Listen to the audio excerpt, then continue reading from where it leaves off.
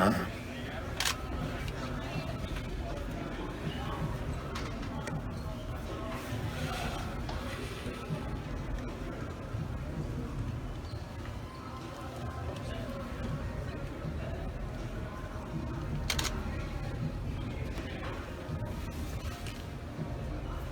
difficult it is to play a game right now? I don't know.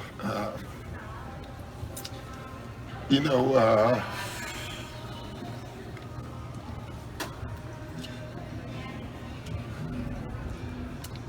I just don't have a lot to say. The news is just devastating to everybody who knew him, who known him a long time. And, you know, he means a lot to me, obviously. You know, he was such a great opponent, you know. It's what you want in sports. He had that DNA that very few athletes can ever have. You know, the Tiger Woods and the Michael Jordans. You know, it's funny. I was getting to know him more since he retired. You know, yeah, this is a tough one. I mean, we have to go play. I mean, the news is just so devastating for Vanessa and his family, and there's just so many people he touched, you know. And you know, it's looking at my young players and seeing how emotional they are. They didn't even know him, you know, and it just tells you how far his reach was. So, and this is just shocking news for all of us. Sorry, I don't have a lot to say. I just can't. Have to go talk to a team before a game and tell them to play. Okay. Crash today, early this morning in Los Angeles. Kobe Bryant, 41 years old. His daughter Gianna, 13. Joining us now is Tim Legler, ESPN NBA analyst here. Tim, you spent a lot of time in the Philadelphia area. We talked about Kobe coming up there through the high school ranks at Lower Merion, leading his team to a championship, becoming a nationwide star even before he entered the NBA. That city and Kobe, like, what did those two things mean to one another? Yeah, well, look, obviously, Mike, you know the history of Philadelphia basketball runs deep, very proud. Kobe, the shining star amongst that. And, you know, for me, I think about going back to the days when I was playing in the league, and I was fortunate enough and blessed and honored to be finishing up my career as Kobe was coming into the league. So I was able to play with him in the summers. And I remember the first time I ever saw him at 15 in a gym full of NBA players and guys that were playing overseas, all of whom had Philadelphia roots. And we'd come back in the summer and we'd find a local high school or college gym and we'd run pickup all day. And I remember that's the first time I laid eyes on Kobe at 15. And knew when I left that day that I'd seen something special because there was a 15-year-old kid. Imagine this, freshman in high school, out there on an NBA court with 9 other NBA players. And he wasn't just out there filling a spot. He was out there to do things and be competitive, and he wanted the ball, and he wanted to compete against those guys. And he's just, you know, to me, like, you know, epitome what Philadelphia basketball's all about in such a tight-knit community. And I'm, you know, blessed and honored to have known Kobe going back to that time and had a chance to play against him in the league. Competed with him in an all-star weekend together back in '97 when he won the dunk contest, and I was in the three-point shootout, so I got to spend some time with him that weekend. And over the years, every time I got an opportunity to be around him, just, you know, we would always recognize the Philly connection, and it just means so much to guys that have either played high school ball or college ball in the area. You know how much it means to be part of that community. And Kobe, like I said, he's the brightest star of all of them. You know, he was sort of the bridge of a generation from Michael Jordan to now LeBron James and going forward. But his impact on the game itself, Tim, how would you describe what Kobe Bryant did to the NBA brand of basketball?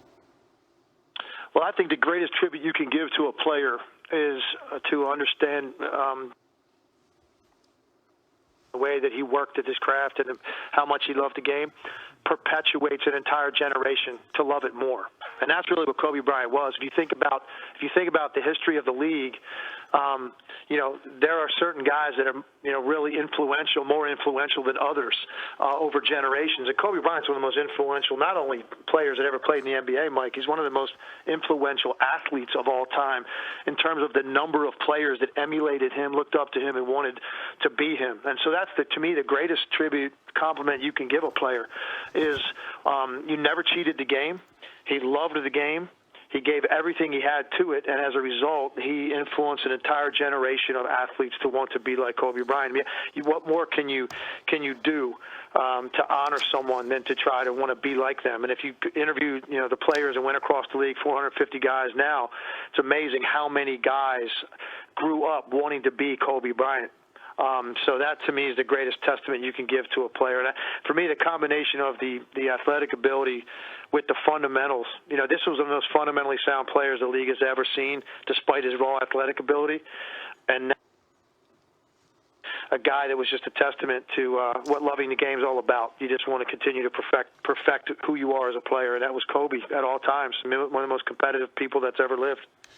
Tim, I've covered professional sports and major college sports for more than 25 years. I've been around some of the marquee franchises in college basketball, college football, and NBA and NFL as well. And I'll say this about Kobe Bryant. I've never seen a competitor play through more pain and still be great while doing it than Kobe Bryant, whether it was a broken finger, separated shoulder, a banged up knee. Like, this dude played through anything if he was capable of playing at all. It literally took a broken foot or a ruptured Achilles to get him off the court. Can you speak to his ability to play through pain that every NBA player goes through sometimes, that the average dude would sit out, but Kobe would go out there and drop 40 on you?